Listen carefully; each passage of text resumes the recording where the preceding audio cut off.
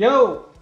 Hey everybody. Hey, hello. We're headbanging on a Tuesday afternoon on the Crow's Nest.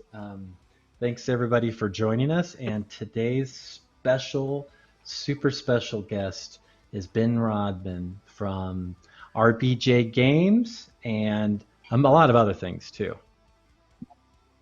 Welcome, Fortress Ben. Figures. How are you doing today? Fortress Figures and all kinds of stuff. I just know RBG. Yeah. And today we're going to be working on, all right, you told me, Poke Chop the porcus, the pork, whatever. It's pig troll attacking thing. It's cool. Pork ogre? Pork ogre. It's a pork ogre. A poger. Yeah. So poke chop. Got to put the poke in the poke chop. But yeah, super cool figure. Metal was part, Ben, of your last Kickstarter. Is that right? Yes, our Squealers and Yippers Kickstarter. And is that fulfilled? And is this up on your website? Anybody wants to check it out at RBG website. Games? Yeah. You guys RBJ haven't been out there before. Go ahead. Haven't been out there before.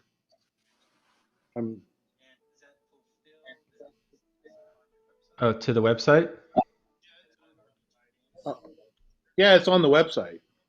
Okay, cool. Yeah. So those who haven't been out there before, check it out. RBJ Games. He's on Facebook. Cool website. Lots of figures. Lots of miniatures sculpted by a lot of friends of the show, including the master himself, Jason Wiebe, the show's co-host, and then Bobby Jackson, of course. He just begs to sculpt for anybody. So Bobby sculpts. Tom Mason, friend of the show as well, has been on. Has done a number of sculpts for you as well. So yeah, we're super excited to have you on today and to talk sculpting. I'm getting some feedback. Sorry. Are you? Can you hear us all right, Ben? Yeah, I'm hearing you. I'm just trying not to cut in. Okay. Okay. Should be set. Yeah, I'm hearing a little bit of feedback, like somebody's got their other thing on. If you're watching Twitch or anything, just make sure you turn down your volume. Sometimes I forget as well. So we got a lot of people on watching us today. Thank you everybody for tuning in. It's always cool on a Tuesday afternoon to tune in. I actually took the week off from my real job this week to kind of chill out and not work.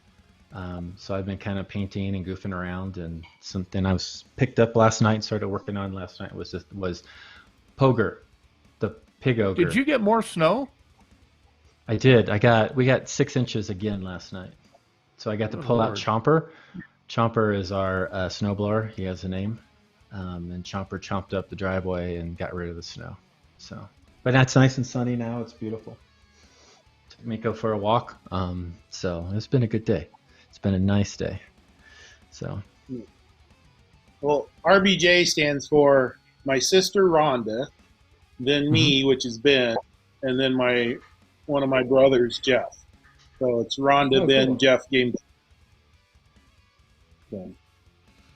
And is that a division of Fortress Figures or just an allied company? I mean, you don't have to tell us your tax information. Well, it's separate. It's separate. We actually hire Fortress. I know it sounds weird, but we hire Fortress just like anybody else would.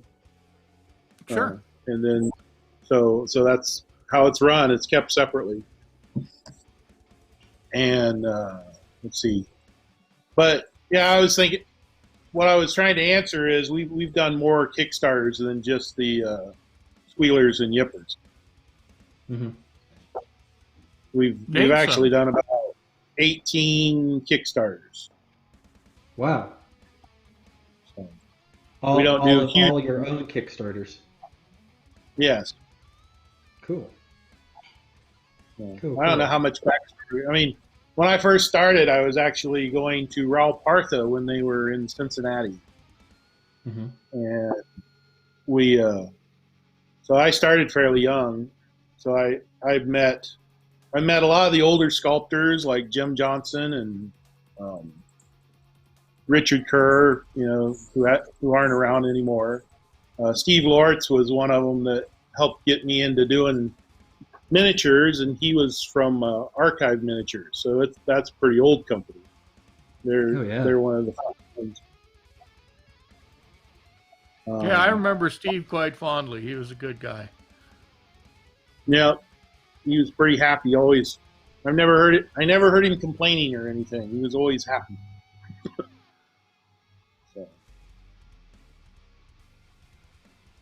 So you've been around quite a while. You've had any number. I mean, I know between Fortress, I guess mostly, you guys have worked with a lot of other companies as well, haven't you? I mean, I've heard a lot of stuff. I don't know how much you can talk about, but well, I can talk about a lot. It starts getting name droppy, but go ahead. We like that. Names. Yeah. That's what we brought you in for. Yeah. Well, one of our jobs early on, there was a TSR game that actually had a video cassette. I'm trying to remember the name of it, but you would put the video cassette in, and then they'd have a guy who was the barbarian or the sorceress or whatever. They'd play a little clip, and you'd fast forward or rewind it, and it was a board game. And a lot of what we do is we do prototyping before they'll get stuff done in China. So it was called the Dragon Strike. That's all. Yeah. But we actually made the dice. We spun cast the resin and made dice so that they could take them to the trade shows and try to get sales on them before they came in from China. So that was one of the early jobs we did with TSR. We have done. When WizKids first started up, we would take the WizKids models and do what they would call paint samples. And so while they were being done in China, we would make resin versions of them and have local artists paint them up so they could start photographing the box art, so that when the product they couldn't wait for the Chinese to get the product done to paint them, because they need to have the painted samples on the box. And so we've done those. We did. I'm trying to think of all the. I've sculpted, like I did a couple sculpts for Global Games. I did some D&D figures when Ralph Partha had the license. I've sculpted those. We've worked for FOSSA. We did the Seditious Masters. So that was working with Mike McVeigh. When Privateer was doing polyclay sculpts, we worked with them some, making their masters. A lot of what we do is we're intermediary before they can stuff from China. So recently we did stuff for Frog. So there's some versions where we cast them in resin. Now they're being done in injected plastic. We've worked for Tops. They had where they were selling these little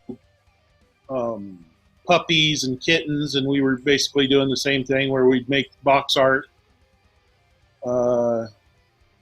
We were doing the Mars Attacks garage kit parts for, I'm trying to think of that company.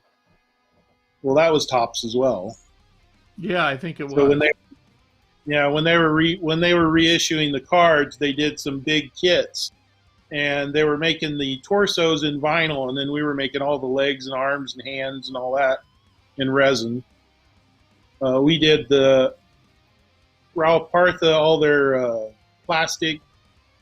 That was like the Bridge of Sorrows kits and the BattleTech. Of course, we do some mastering for Reaper.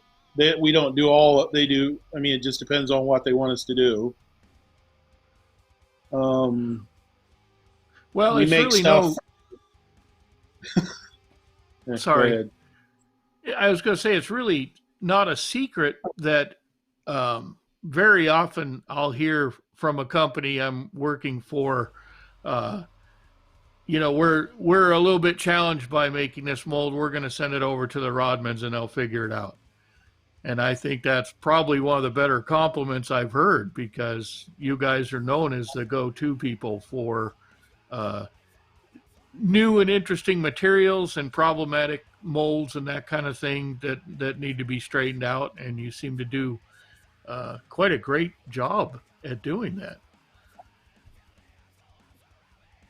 Yeah, well, thanks. We try to do what we can. I mean, a lot of it is it's hard to take compliments, as you know. Oh yeah, it is. No, it is. But you guys are doing spun cast resin, for instance. I think you're the first people I knew that were doing it on any kind of a scale. Yeah, we were doing that when we met you. I think the first time we met you at Gen Con in person, and then in Milwaukee, I think it was. On One List Sculpting, you did the gladiator ape and a dwarf riding, that we were just for fun casting people stuff they wanted to learn how to sculpt with, and you did that. And I think Reaper, isn't that where saw what you could do? Yeah, Reaper actually bought the Tonga the Gorilla Man, they called it. Tonga the Gorilla Man sculpt. That was, I think, the first thing I ever sold to Reaper. Then you guys, like you said, you did a dwarf riding on a warthog, like a Boer War. Was that the one they put in Warlord? No, because this one was a more modern one. This was, they had the pith helmet on and the red coat, and I guess I didn't sculpt it as a red coat. But yeah, you guys used to do, when we'd have sculpting competitions, I remember you were always at the forefront with an offer to help produce a lot of them. And that got a lot of us started in the miniatures hobby as sculptors. Yeah, it's kind of strange for me. Like, I went up into Ralph Partha's house. Like they had this junky factory, and then they had a house they bought next door, and the bottom was their offices. And then when you go up top, you would see it'd be like Jim Johnson, Jeff Wilhelm, Sandra Garrity, and then over in this compartment you'd see like Richard Kerr and John Winter was there. It was pretty fun. And some of my first sculpting tools was Tom Meyer made this hook and loop tool that he loved, and Richard Kerr took the plans for it, and he made me a set. So that was really nice of him. That's cool. And currently what we're doing, so I'll plug some of our other people, is we're doing Relic Blade, which is done by Sean Sutter. It's Metal King Studios, and it's a fun little game. We cast all that metal. And then Temple West, licensed from Sean, he has these legend cards. And so we're making those, those are licensed Relic Blade figures. So that's but we're casting both of them. That's great. And then we do 15 millimeters for Rebel Minis. We're casting things for the Miniature Building Authority, where there's 2 new people bought Mercs. It's Kurt from Miniature Building Authority and Derek. So Mercs is starting to be started up again, and we're working with them. Oh, that's good. That's a lot of stuff. Yeah. And we also we do 54 millimeter Barzo playsets. So why don't you talk a little bit about those? I don't know how many people know about Barzo. Well, Barzo likes historical figures, and he liked the old Marx playsets.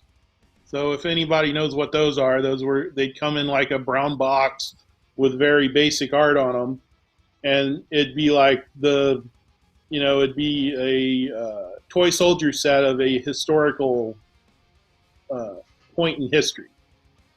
And Barzo actually got the license to Treasure Island that he did and Last of the Mohicans. And but he's done several sets. There's a Robin Hood set, a Sherwood. The Robin Hood Sherwood has castles and such. Trying to think of all the stuff, but he actually sold to LOD Enterprise, and Ken Syak is now the one who's making all that stuff. But we still talk to Barzo. Barzo comes around, and I just think he wanted to retire, so nothing really happened badly or anything. And those are plastic sets, right? Mostly the Barzo stuff. Yeah, they're plastic. They're resin and foam. Like all the buildings are done of foam, the pressurized foam. They're pretty big. And Glenn said you actually sculpted a few of those figures. I did. I sculpted some of I'm trying to remember. It was the American Revolutionary figures. There's lots of people. Drew Williams sculpted some, and Kevin Contos has sculpted some. Sandy sculpted some. Yeah. Steve Lort sculpted some. So quite a menagerie. Fun stuff. Yeah, that's fun stuff. So elaborate a little bit on your sculpting. I mean, I've kind of promoted you a little bit on our advertisement as knowing a lot about a lot of different things. So tell us about your sculpting. Well, some of it I know. I mean, my sculpting is not as good. That's why I hire people or get other, trade or whatever, because it's not. But I used to sculpt. I don't really sculpt much anymore. But I've done some of the Mercs figures for their plastic set, their game. I'm trying to remember what their game was called. But Mercs did this Kickstarter board games, and I sculpted the civilians in that. I've sculpted like a snow troll for D&D. There was some other. I'm trying to remember all. There was a big demon for Global Games. Some of the Barzo figures. I used to sculpt stuff for our line. I mean, that's when I first started. I was sculpting like the Pioneer Dwarves you were talking about. Yeah, I love those little Pioneer guys. So, but I don't do a lot of sculpting anymore. I do some. A lot of it's like fixing parts that need to go in molds. But I'm I haven't ever got used to ZBrush or anything, and I don't think my skill is quite up to what you guys are anymore. So, well, it's hard to do everything, to the max. I mean, at some point, it seems like you pick a lane, and then that becomes more of a specialty, and some of the other stuff kind of maybe takes secondary importance. But well, I know Jeff's been doing some in ZBrush as well, and you guys will take the ZBrush product and print it out and then make a mold from it and run it all the way through up to casting, right? Yeah, a lot of what Jeff does is he preps them, like to make sure if you have thin spot through a cloak or something that needs fixed, or put bases on. I wouldn't know anything about that. So Jeff gets into doing that, and we also have to prep them for spin cast resin. So that's where we'll add like all the framing and everything on the models before we print them. So, but yeah, we print stuff. We do, like I said, we'll do. Trying to think of what. Well, you guys have done all kind. I mean, like you said, the list is a lot of names and a lot of different products that you've made. I've also known you've showed me a little bit of your artwork and a lot of your painting. And even I've seen pictures of your game table all set up and doing game sessions. So you're pretty much immersed in our hobby.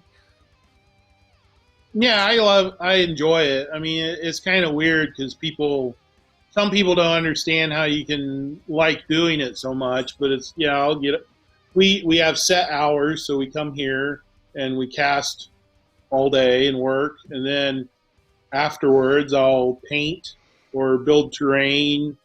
We have a group that will, on Saturdays when we can, we'll play games and such. Of course, the COVID's kind of messed that up a little bit, but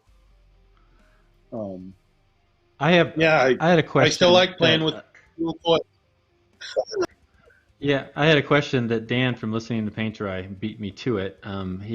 He wondered, because I was wondering too, how has the whole digital sculpting, 3D printing aspect of the hobby changed what you do? You think it's been good for the hobby? You think it's been just whatever, that's just a natural progression? Or what are your thoughts on it, and what was the learning curve for you guys?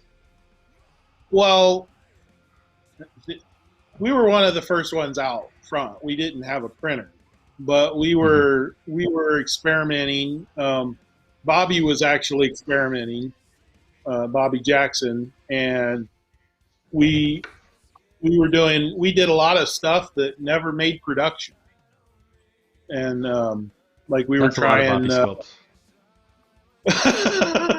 Well, yeah. Sorry, Bobby. Yeah. Is he actually watching? Yeah, he's in the chat. He is. Oh, I said Dan. It was actually Mike. I'm sorry, Mike. Yeah. The first 3D printed miniature I saw, I believe, was I want to say it was an orc that maybe you guys printed for Bobby, and he entered it into a painting competition at Gen Con. Would that be correct? Early on, we were using like Vision Proto and stuff. We would outsource. We even used Trenchworks for a while, but we would outsource the printing before we got our own. Trenchworks is great. They're a great company if you need prints. But Bobby would do things like when Frag. This was before they had their gold edition. He would want little guys to represent the people you could play in Steve Jackson's Frag game. And so he sculpted little guys and made flags and such, and we cast them up, and we would just do things like that, and we never did production. I mean, they were never a product. So there was a lot of that going on early on because the strata on them was really bad, the early prints. And so you were having to do things like sand them and or try to take putty and skin them, all that kind of stuff. And then Vision Proto would probably be one of the first printers. Plus, we were Agents of Gaming. I don't know. They did the Babylon 5 stuff. That. Yeah, we would go there, and they were having 3D prints done, and their 3D prints were done in wax, and they would do like a lost wax to get the ships to start with, kind of like what the jewelers do to make rings. Sure. So we saw a lot of that, and we're playing around. So that's how we got started. So the learning curve was expensive and steep. Yeah.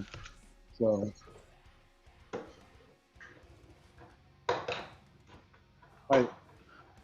Bobby said it was to ask that guy for him. Printed the work. Yeah, that I remember. Yeah. Who printed it? Mongoose. Mongoose did. We met Bobby. Bobby was in Gen Con the first time I met Bobby, and he was running around showing space orcs, and Demon Blade ended up buying them off of you. So that was a while ago. Yeah, old. Like I said, it's kind of weird because I'm 46, but I started going to Gen Cons and stuff when I was 17, 18. Wow. I was working with Raw Partha when I was 19, 20. So it's kind of it's like I talk like a veteran, but I'm not really that old. So no, but you've had an awful lot of experience. I mean, especially in our hobby. We don't want to talk about the days that you spent at Lake Messenawa as a bobber, the water safety dog mascot. We don't address that part of your history. Well, the first job I had, I worked for a church for a while, and then I went basically to work with my brother in Fortress Figures. So that was the other thing. You guys seem to have never hesitated to embrace new materials, new processes. Obviously, now you're fully into digital production. But I remember from the old days of one list, and there was a one list casting as well, if I remember right, or a casting list, and just all kinds of different mold rubbers, and you had I wouldn't necessarily call them industrial spies milling around, but you somehow managed to figure out what certain people were using for certain mold rubbers so you could do some of the low temp stuff. I think you mentioned the polyform material, and of course that couldn't be vulcanized in high temperature or pressure, if I remember right. Well, we vulcanize. We actually vulcanize like Starship Trooper sprues and stuff like that they were if that's what you're referring to. So I mean, we've had some pretty good success. The only thing that we have trouble with, you have some sculptors, they want to use aluminum foil to make armatures underneath, and those collapse on you. And tubes and wires are kind of issues, of course. So, but for the most part, we can do polyclays and styrene and pretty much whatever. Well, for the most part, anything that you put in a high temperature mold, especially, you don't want any air in there at all because that's what expands. So I could see that being a problem with hollow tubes or hollow spheres or, like you said, the tin foil around the armature core. It's a lot of air in there to expand, ruin your mold. Yeah. Let's see. So let's see. I kind of like you asking questions because I'm like I start trying to think of things. Well, one of the things that we're dealing with, just as an aside today, is there's a little bit of a lag in our connection. So we're just trying to make sure to give everybody enough space to talk and to catch up. What is your favorite subject personally to sculpt or to work on or to game with? Well, my favorite things, which is kind of funny because we don't have very many, is I love dwarves. But lots of dwarves out there. So a lot of times you're trying to think what could be cool or new or different. That's one reason why we went to doing the pigs even though orcs are a classic pig face thing, we started with some prompting from outside, Tom Mason and such. We just started making all the goblinoids and orcs pigs, and we ended up making our kobold substitutes, our schnauzer men, because it's hard to I mean, Reaper does a lot of really cool classic kobolds or gnolls and such, and it's kind of hard to just be different or get noticed when you're doing the same thing. And a lot of times we use the same sculptors, and so then the sculptors start going, well, how do I make it different than the ones I did for Reaper or the ones I did for whoever else is doing the current version of the monsters, so to speak. So I'm trying to think of a what you just mentioned. Oh, go ahead, Ben. Sorry. Well, I was just saying. So right now we're trying to think of what would be really cool dwarves. You know. Yeah. What would be different? Yeah. Well, I like to do a few dwarves myself. But your yippers and squealers, which is the things that you're talking about. What is it about the schnauzer? I know the backstory, but tell us a little bit about why their schnauzers represent in a lot of your offerings. Well, schnauzers are, my sister loves schnauzers, so that's pretty much it. And she's part of the company, and so we try to work in something when it fits that we can use them for. So we'll do a mascot every once in a while. We try to use that as our logo. We don't, after a while it gets kind of hard, but we felt kobolds, if you go back and look at the old ones, they were dog men. They're basically little dog men. So we decided they fit there.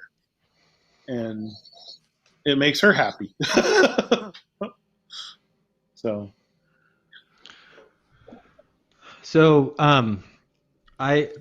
this is the first time Ben and I are meeting on the virtual camera, but Ben's name has been bantered around by Bobby and Jason and Gene and the Reaper folks forever as casting wizard. You can make your masters that you create are, Bobby loves to utilize you to create the masters for whatever company is going to end up producing the miniatures. What makes you guys that much better or that much more respected as a caster, and especially masters, than somebody else? What are you doing? What's your magic ingredient that you're doing that others may not be doing? Well, I don't know about everybody else. What I like to think of is I enjoy miniatures still. So when I'm trying to cast them, which I do a lot of the master castings, I try to, since I enjoy the miniatures and I love miniatures, I try to make sure they look good. So I'm sitting here, like all the masters I personally cast. With, Jeff will do some once in a while, but we generally, the way we handle it is stuff's broken up. So Jeff makes the master molds. He makes all the molds generally, and I make all the masters. And we like the miniatures. So if it's really hard, if, for instance, you get, it's not their fault. If you get a big company and you're just hiring people who have no interest in the miniatures, what they're after is their paycheck, which, we want to get a paycheck too, but we also love the miniatures. So that's what I think helps us out. I want to make sure Jason's really cool chicken that he just did for, the Knights. What are they called? Nightheart Gaming. Nightheart Gaming. Yeah. So you do this really cool chicken. We want to make it look as best as we can. There it is, right there. Yeah. Well, that's cool. Yep. So you're painting it up. Yeah, I as a favor to Frank and Anne, I painted up a character just for them, just for the hell of it. So, yeah, it'll be on one of their streams eventually, as soon as I can finish it. Part of my thing that happens sometimes is we'll get a really cool miniature from Reaper, and Ron said, he doesn't care if we take some copies or whatever, and So then I'll paint it up, and then they don't release it. Like I've got stuff I painted up, I want to show off, and it's still not released. So I've been there. I got a shelf that's got, a number of Reaper things that Ron has sent me, and I painted up, and he's like, "Well, hold off on that. Don't show that off yet." So yeah, there's some few things that Gene sculpted, Jason, that he's rambled on and about. That I have some really nice things painted. I just can't show them off until they figure things out. Yeah, so I feel you. Michael also likes to paint stuff with paint that's no longer being made, so that's always maybe we could put some of that no longer being made paint on that never been issued miniature, and we could really have a thing going on. Yeah. Let's see there's all kinds of paint here. I don't even know what is in current release and what isn't anymore, to be honest with you. But I know this isn't. Dusky Skin, I'll use that. Well, I can use that because I know that's retired. So I like their coal black, and that they only put it out every Christmas. So I stock up every Christmas. Try their dragon black in the bones there. if you like their coal black, try the dragon black. It's really good. That's my favorite black that they make. If just a little paint tip. Then you like to paint as well. You painted up Jason's figure that we're using in Reaper Errant, right? Is that right? Am I confused? Yep. Yeah, I painted that. I like painting. I'm not as good as you, of course, but I mean, there's certain aspects, like we are really good at making masters, but I'm not as good a sculptor, but I like sculpting. I'm not as good a painter, but I like to paint. I'm not as good of making terrain, but I still make terrain, and you show it off. I mean, one thing I notice with people online is they need to, when you're learning how to paint, don't be afraid to just paint stuff and put it up. It's not about, you shouldn't be trying to be in a contest all the time. You just need to slap paint on it and get it done. And if somebody criticizes you, so what? Exactly. And have fun with it, definitely. Yeah, there's nothing like a bunch of painted miniatures on a table with terrain. It just, the whole thing, the whole look of it is just wonderful, I think. I mean, it's very imaginative. Just makes you want to sit down and roll some dice. But a lot of it is, what I try to do is fast painting. It's like Jason's figure that that's being used in that game. I think I might have put an hour and a half in it, maybe. So I try to just get the things painted. I use kind of a combination. That's actually the print, isn't it? If I remember right. Did you paint the print? Yeah, that one's the print. Or master. Yeah, that's a print. Yeah. Yeah, I didn't mold that. We just printed and painted the print because you needed it. If I remember, you sent the file that needed it, and so I painted. We actually got the file the night before, printed it, painted it, next day aired it the next day. So. Yeah, and it was on that night, I think. Yeah, that was awesome. That was a quick turnaround. But what I do is I use so I paint everything a base coat, and then I stain it, and then I'll highlight it. I'll lighter color, and then I'll hit it with a watered down white, and that's pretty much how I finish all my figures. It's very basic.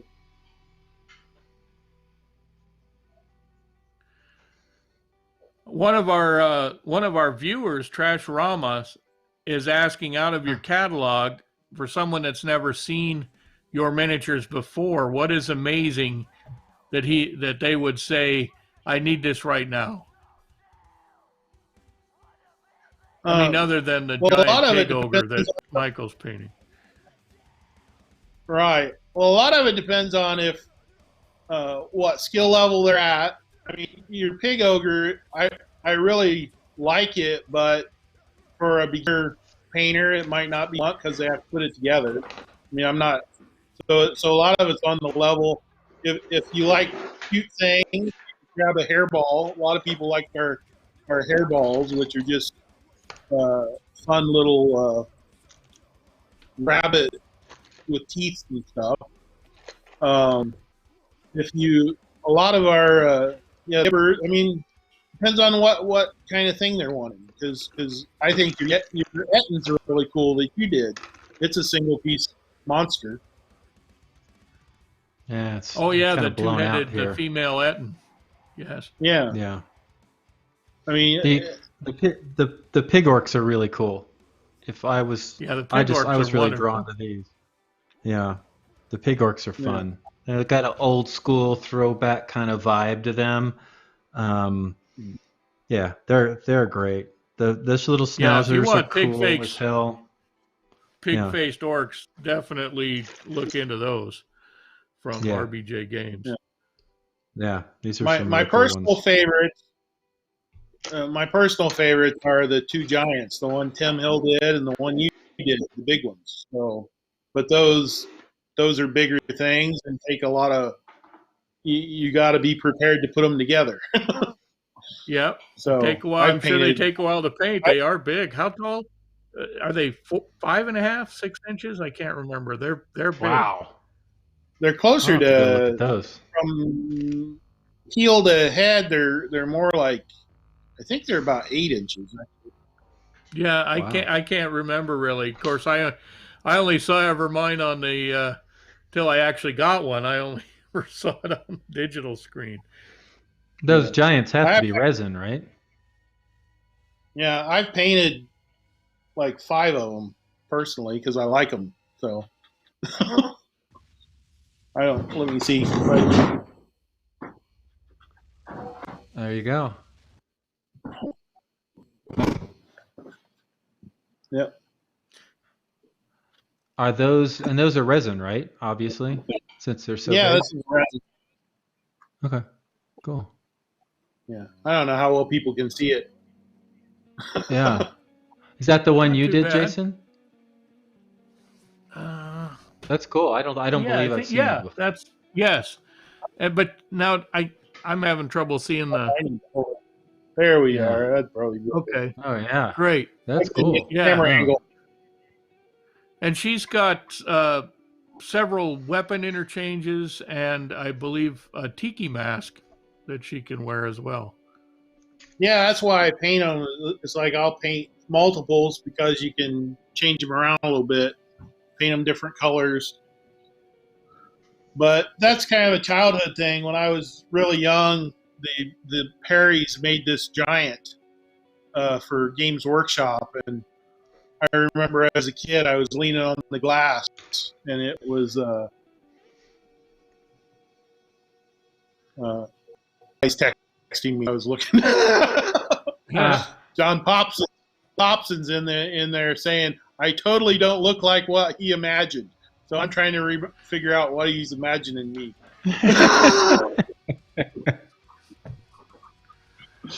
But, I'm not sure if you want to get into Popson's imagination. That's kind of terrible. No. But yeah, we when I was a little kid, so there was the Perrys did it. One of the Perrys did this giant, and the other one did what they called the chicken dragon. And I remember I was basically go to the hobby store and I'd lean on the glass, and it was for a little kid it was $100 at the time, so I never got one. And then when Chris Fitzpatrick went to England, he actually got me one. He went to their archive and cast one in pewter, so it's out of the molds, but they didn't. When they were selling them, they were made in lead. So mine's from their original molds, but made in pewter. And I really loved that. And so then I wanted to make our own versions of those giants when we, so that's how the giants came about. And then since we had a male one, we wanted a female one, and Jason did a really cool female giant. Yeah, those turned out really well. I like Tim's giant equally. I mean, the pair of them together, they could just storm across a table and pretty much wreck everything, I figure. Yeah. So, but Yeah, I mean, I collect. I used to like Citadel when they were. I mean, it was the Perrys and Copplestone, like sculpting the Scarlock's Wood Elf archers. I mean, that's when I started getting into it. I mean, it was when I was really young, and this was before Reaper that I'm aware of. The first time I saw Reaper was in Gen Con, and they were selling magic scrying counters. And I think Julie Guthrie sculpted a wizard that they were sticking on top and putting enamel on it. And then I think his name was Matt at the time that I used to talk to. And I talked to Ed a little bit at the show. And one of the times they traded us stuff they traded Doom minis because they got the license for Doom. So, but those are, the old Milwaukee Gen Cons. That's where I used to meet a lot of the people. That and when you'd go to Ralph Partha. So it's a lot different. Do you also do you go up to Origins ever? We were at Origins. I mean, that I was trying to remember. I think that's where I met you. Was at an Origins. I remember you. No, you didn't met me at. No, you met me at Gen Con in Milwaukee. I think one of the last couple. Yeah, I've not been to Origins yet. I've tried, but I haven't managed to make it yet. Origins, it's different now. I mean, a lot of the stuff has changed. I mean, my brother started going to Gen Con when it was like you were going to a college. They had some college in Lake Geneva that you would actually, you could rent some of the dorm rooms, and then they had an area where you could put up tents and stuff. And then it moved to that area in Milwaukee, and then it came here, and I haven't had a booth since those, which is kind of weird, but it's. So you're pretty close to Indianapolis? Yeah, we're about. I think normal driving speed's about an hour and a half. That's not too bad. We're kind of in between. If you take Fort Wayne and Indianapolis, we're probably about in the middle. Like if you draw a line.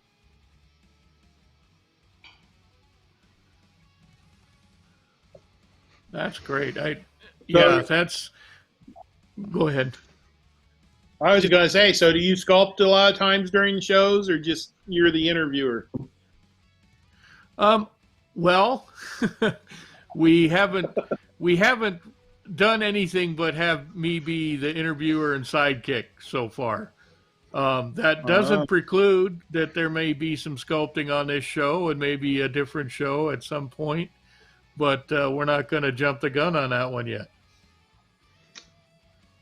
So you're the Ed McMahon of his team. However you want to cast it. Michael actually wants to learn a little bit about sculpting, so we're going to try to teach him. Try to drag him into the light. Yeah, we're co-hosts on this show, and we take lead or back up on depending on the guest in the background, and Jason takes the lead on sculpting and casting kind of stuff because that's way above my head, and I'll focus a little bit more on the painting stuff, and it's been a fun progress. It's been a fun journey, especially having Jason on board with me, and Jason makes all the cool posters too, and so. Yeah. Well, off of Gene's art. Yeah. This is my first ever streaming on Twitch or anything. Well, how do you like it? Thank you for, yeah. It's it's different. I'm not used to it, but I'm sure that shows. No, it's not too bad. Not at all. Yeah. Well, you had mentioned. Go ahead. Sorry. What do you have what do you have ready to go? What's your next Kickstarter? What do you have in the cannon ready to fire? Well, the next Kickstarter is going to be cultists and zombies, which I'm actually trying to get ready. And it has a gug, which a gug's a it looks like a Venus flytrap mouth on top of a four-armed ogreish looking thing. Mm-hmm. So it's our big monster, and we have what I'm calling Jenkins, which are from the story of the witch, the H.P. Lovecraft witch house, which they have one they call Brown Jenkins, and we're just making a pack of them, assuming that there's more than one. So your Kickstarters run pretty fast and fulfill pretty quickly, right? It's not this, we're going to do this Kickstarter and 2-3 years from now you'll get your miniatures. You guys run them pretty tight window and then a pretty quick turnaround. Is that right? Yeah, we do generally 15 days, and as soon as PayPal releases money, we start shipping. That's nice. What we try to do. But we're not huge. I mean, you're not talking like,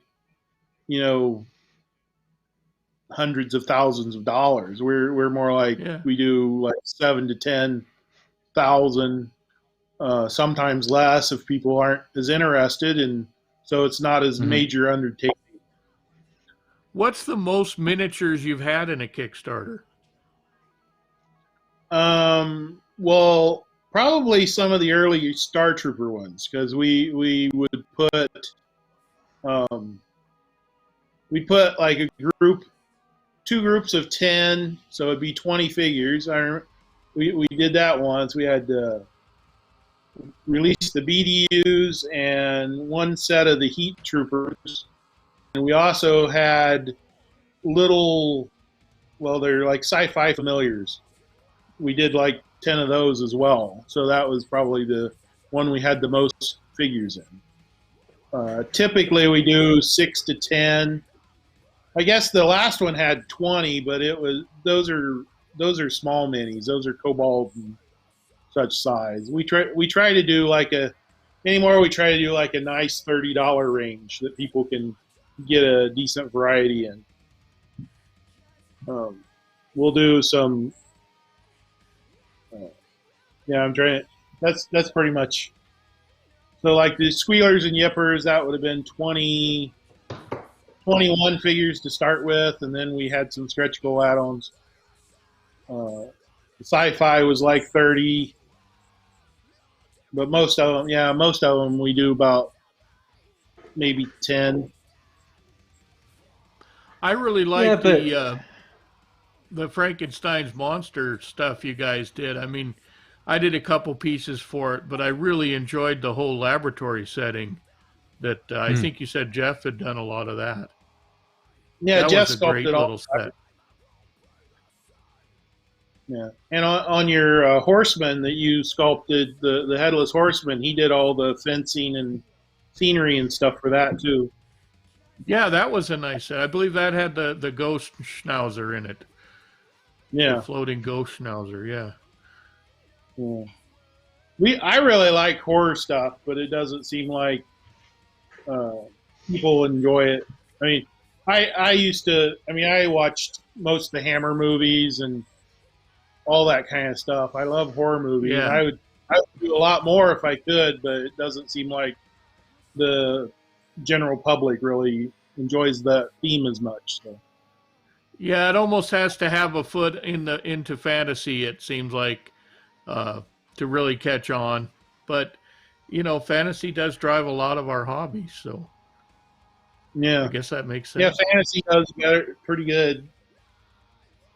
The next is we're after the cultists and zombies and stuff. And the zombies we tried to do, they're not just the all humans. We're trying to make it like Jason did a gnome. There's some squealers and an orc and an Amazon, so that they're not just, and they all are carrying weapons to just be different. And then after that, we're going to do grunts and runts, which are going to be the feral, heavily armored pigs, and the runts are going to be the little tiny, don't really have anything pigs. Whenever Bobby gets up, Bobby's going to do the grunts, I guess. Maybe someday, if he's still watching. Hint, hint. Yeah. Well, you need to run Bobby's kicks. Bobby's been promising a Kickstarter that I painted some stuff for him for years now. That maybe you need to run his Kickstarter for him. He's got some little short, half-sized people that he needs to get off his duff and run a Kickstarter for. Maybe you could do it for him since he won't do it, Ben. You're paying. Well, we did those samples that you're. He told me not to talk about them though, so. Okay. Yeah. All right. Yeah, I'm not talking about him either. The last thing I saw, although Bobby did say the Rodman could get a good mold cavity off a marshmallow. Yeah. So hey, Bobby. That was something he said in the. Hey, Bobby. Here's your chimney. In the chat. There's your chimney right there. You just. He says, "Oh, the pressure. Finish my chimney," he says. And there's the chimneys right there. Right there. Very good. Yeah. I just haven't mailed it to him. I need to mail it to him. So what I wanted to go back to your Kickstarters, and although you said that they're really small, I think the neat thing about someone who loves to back Kickstarters and get miniatures, you get excited about a miniature and you do the Kickstarter, and it closes, and then you're waiting a year plus. Not to throw anybody under the bus, even though that's what we like to do on this show. But I wanted to go back and reiterate, when you guys do the Kickstarter, you're doing everything. You're making the molds, you're doing the production, you're not relying on any of that. So your Kickstarters fill super quickly. So, if you guys are looking for some quick brand new miniatures out there, check out their next Kickstarter. Because it's gonna close and you're gonna get it, maybe in a month or two? They're going to have their miniatures in hand out there. Yeah, that's awesome. That's so awesome. That's so awesome. Yeah. We try to turn it around quickly. So. Yeah, that's great. That's great. So, sorry, it's nice did to I have that interrupt agility you, Jason? to keep them. I'm sorry. What was that, Michael? Did I interrupt you on your question? It's okay. And you just continue on. I was just agility. commenting. It's nice to have that agility to do smaller things and get them done and move on to the next one, because you can kind of follow some trends. You can explore some new areas that haven't been out there yet. So it's a great model, I think. Yeah, we try to have them sculpted, except we'll have a few stretch goal figures, but we pretty much before we launch it, we try to have the sculpt stuff. But like I said, saying all that, our Kickstarter's value, I'm sure if we did, 100,000 or something, it would take longer than a month, because, you can't really throw people under the bus because they're making money. Well, you just get ready with all of our viewership. They're going to be tuned into your next Kickstarter. So they're going to go 10,000 easy. You've been putting up some futuristic troopers lately on Facebook that I've been seeing. I believe Bobby was doing those. Yeah, Bobby's doing some. We're adding to our. Let's see if I can get it. There's one.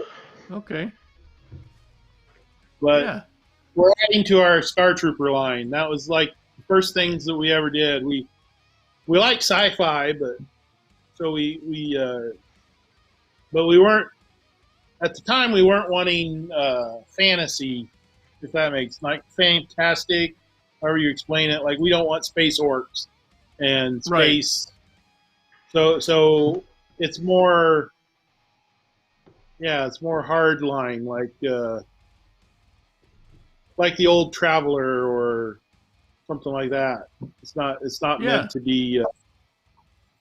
So that's kind of how our sci-fi is.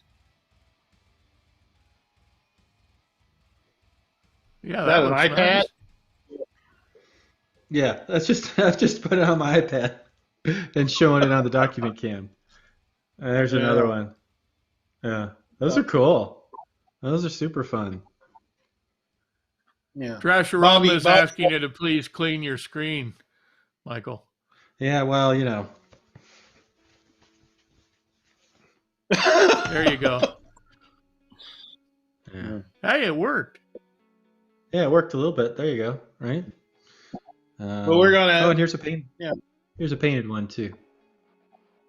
Yeah, I painted that. Yeah, good job. Those are cool. But we got several sci-fi things. We're just going to try to release them in the store, so whenever we get to them, and we're going to we got there's one we call a bio drone that Sean Sutter actually sculpted that I want to release soon. So that's how. Where would we go if we wanted to buy stuff from your store, Ben? it's rbjgc.com. Okay, that's the GC Yeah. that I have trouble remembering sometimes. RBJ Yeah, trash just RB yeah. Game Company. So it's benjeffgamecompany.com. Very But sad. it's Yeah, Trasharama just rbj.com.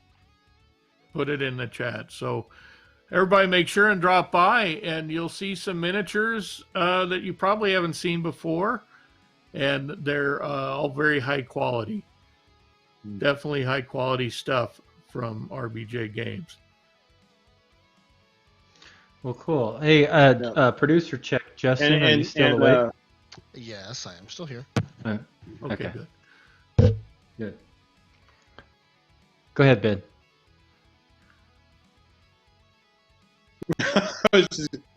Bobby loves our name, by the way.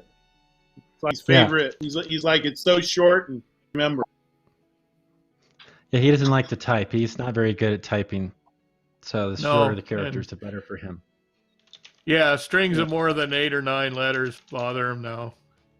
Yeah. His Alzheimer's kicks in. Can't quite do it.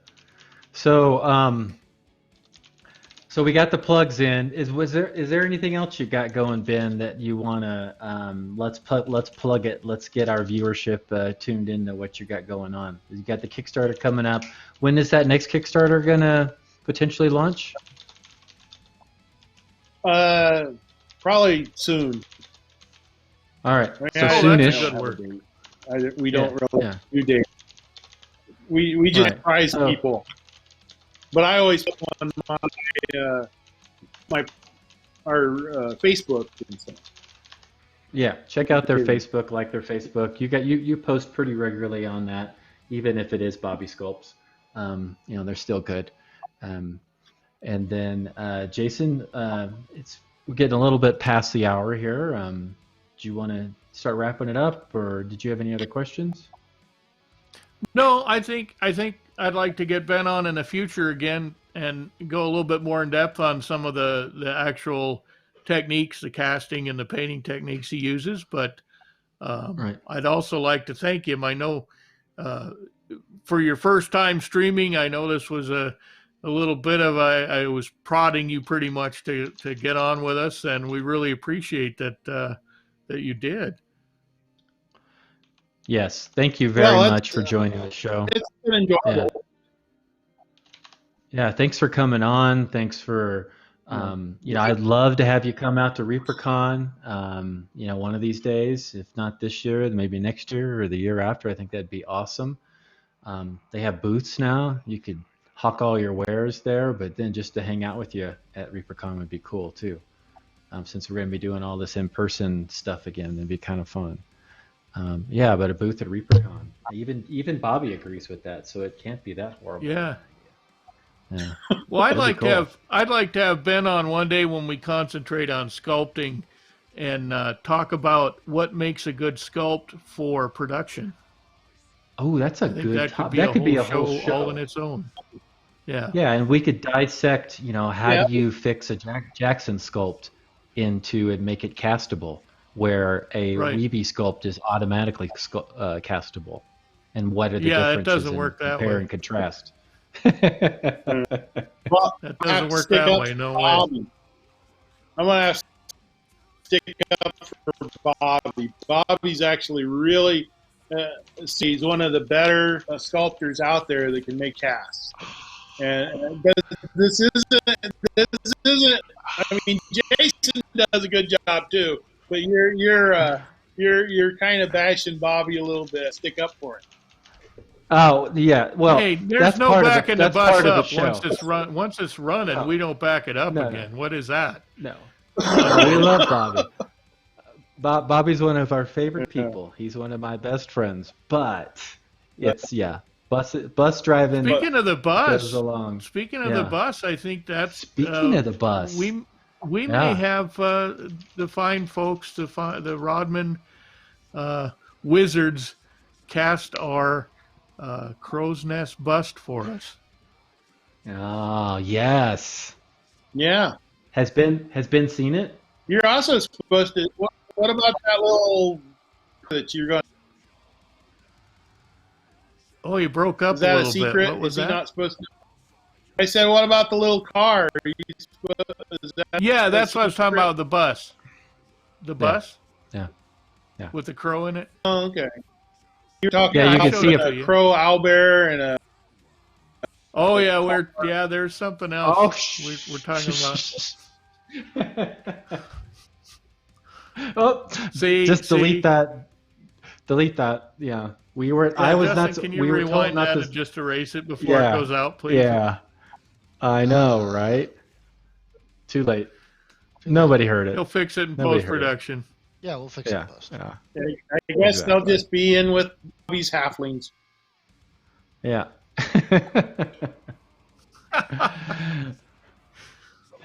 Alrighty. Well, again, Ben, thanks for being on the show. It's been awesome. It's been great to meet you. Stay on after this because I need to talk to you about something. So don't hang up after we leave the show. So last week, Okay. our guest just hung up on Okay.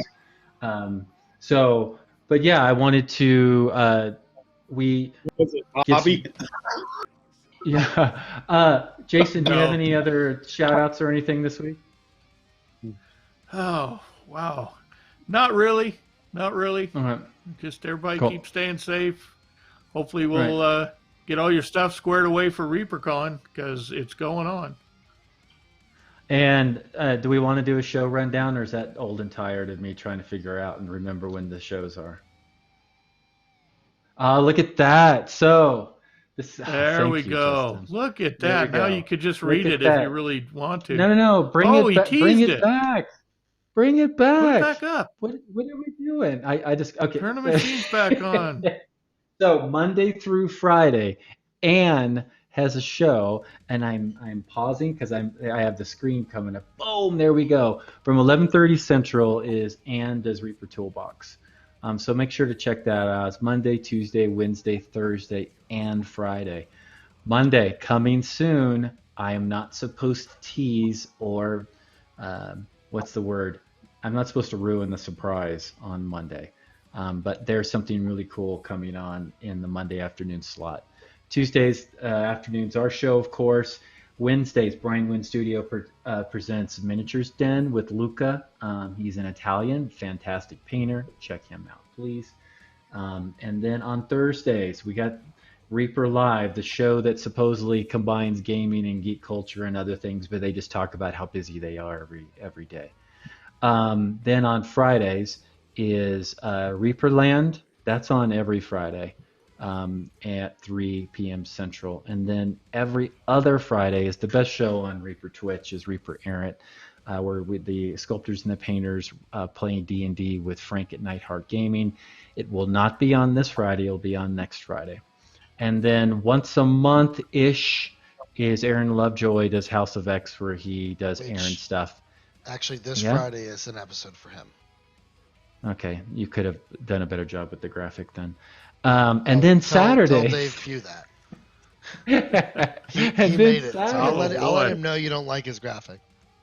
Please do. And on Saturday is Painting Platinum with Sadie at 3 p.m. And then the little mouse thing, I believe Rhonda Bender painted that. No? That's not supposed. Do we know that? That's not supposed to be there. That's our. Why that's is for it not Thanksgiving. supposed to be there? Well, because he filled the space with something that was on the previous one, but the previous one was for Thanksgiving, so it's a Thanksgiving mouseling. It's a cute mouse. She did a wonderful job with that. Yeah, no, I'm sure. So did Rhonda. Don't bash be on Gene ashamed and of it. Rhonda, Justin. I'm not. I'm saying that it is a misplaced mini on a standard graphic. And don't throw Dave under the bus because he did the wrong graphic. Thank you for the graphic, by the way. It made things flow much more smoothly. Yeah, I think Dave did a fantastic job. There's no reason you should throw him under the bus like that, Justin. Yeah, we should start doing this show weekly so Michael can remember the shows, so we don't have to use the graphic. Yeah. Maybe if we did this show more regularly, that I would remember. Yeah. I don't know. Yeah. Anyway. Or maybe if it didn't fall right on 420. Yeah. You would think. But anyway, so thanks everybody. Thanks for watching. I really appreciate you tuning in. Jason and I both do, obviously. Thanks, Ben, for joining us. Check out RBG Games at that we went over the website. And we're going to be rating. Who are we rating? Oh, man. Let's see here. Also, nice shade there, Bobby. We got called dim, Michael. Huh? A bit dim. A bit dim. Yeah. Bobby Jackson said we were a bit dim. Hey, Bobby Jackson uses Minwax, so he's been huffing that Minwax way too much. Andy lives in... Never mind. We're going to be rating C-Not, so we'll go ahead and start that as Ben, you give us your sign-off here. But stay on. Check out. Goodbye. Yeah, stay on. Don't hang up. All right. Thank you very much, folks, for coming out and watching us. Keep being Bye-bye. awesome as Bye-bye, always. Bobby. And we will see you guys. Bye-bye. Bob and Julie. Bye-bye, Bob and Julie. We will see you guys tomorrow. Thank you. Bye-bye, Aaron.